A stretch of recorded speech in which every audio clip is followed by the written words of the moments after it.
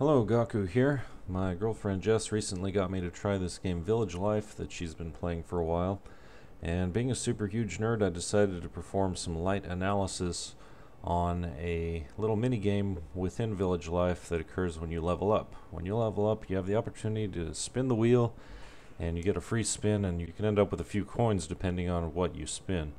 After that first spin, you have the option of paying 8 coins for an additional spin, and you can keep spinning for as long as you want.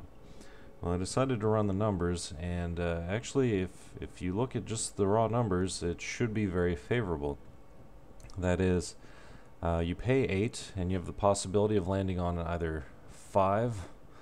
There are 3 5 slots. There's a 7, an 8, a 9, and a 21, and a bonus, an X2, which gives you a second spin and then doubles all of the possible results. And you can land on X2 multiple times. I don't know if there's a limit to the amount of times you can land on it, but one time I've managed to land on it twice, so I know that it does stack. Anyway, if you don't even consider the X2, if you only consider the other 7 spots, you have 5, 7, 5, 8, 9, 21, and 5. If you add those up, average it by dividing by 7, you actually end up with a net gain of 0.5714 per spin. That is, the average is higher than the cost to play the game.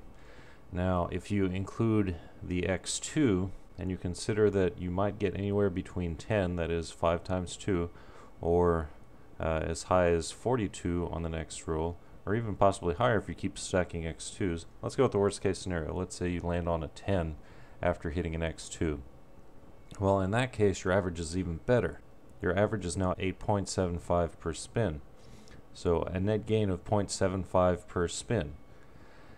Now, once you hit that X2, you're not guaranteed to land on a 10. You could actually land on another X2, you could land on a 42, you could land on any number of things.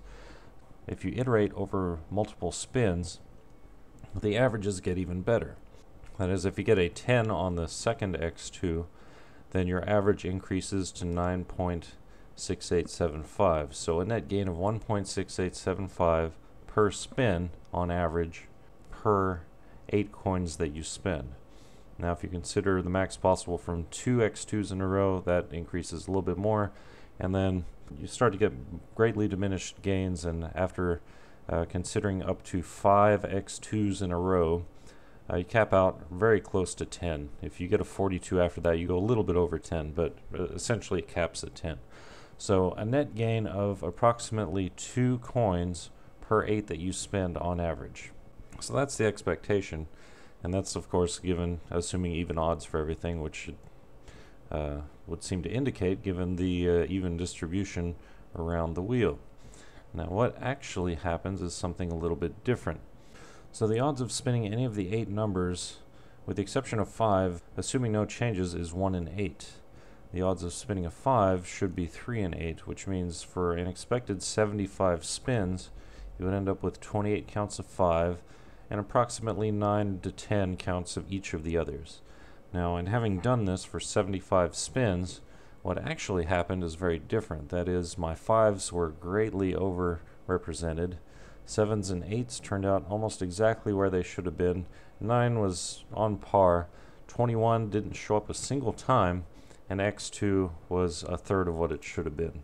So what does this mean? It means that rather than having a net gain of 2 coins per spin on average, I had a net loss of 1.6 coins on average per spin. In fact, I calculated the odds of not getting 21 a single time in 75 rolls is a whopping 0.004473%. So clearly these odds are not even.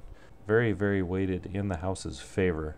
That is, you're rarely going to get 21, certainly nowhere near as many times as you should for any given number of rolls.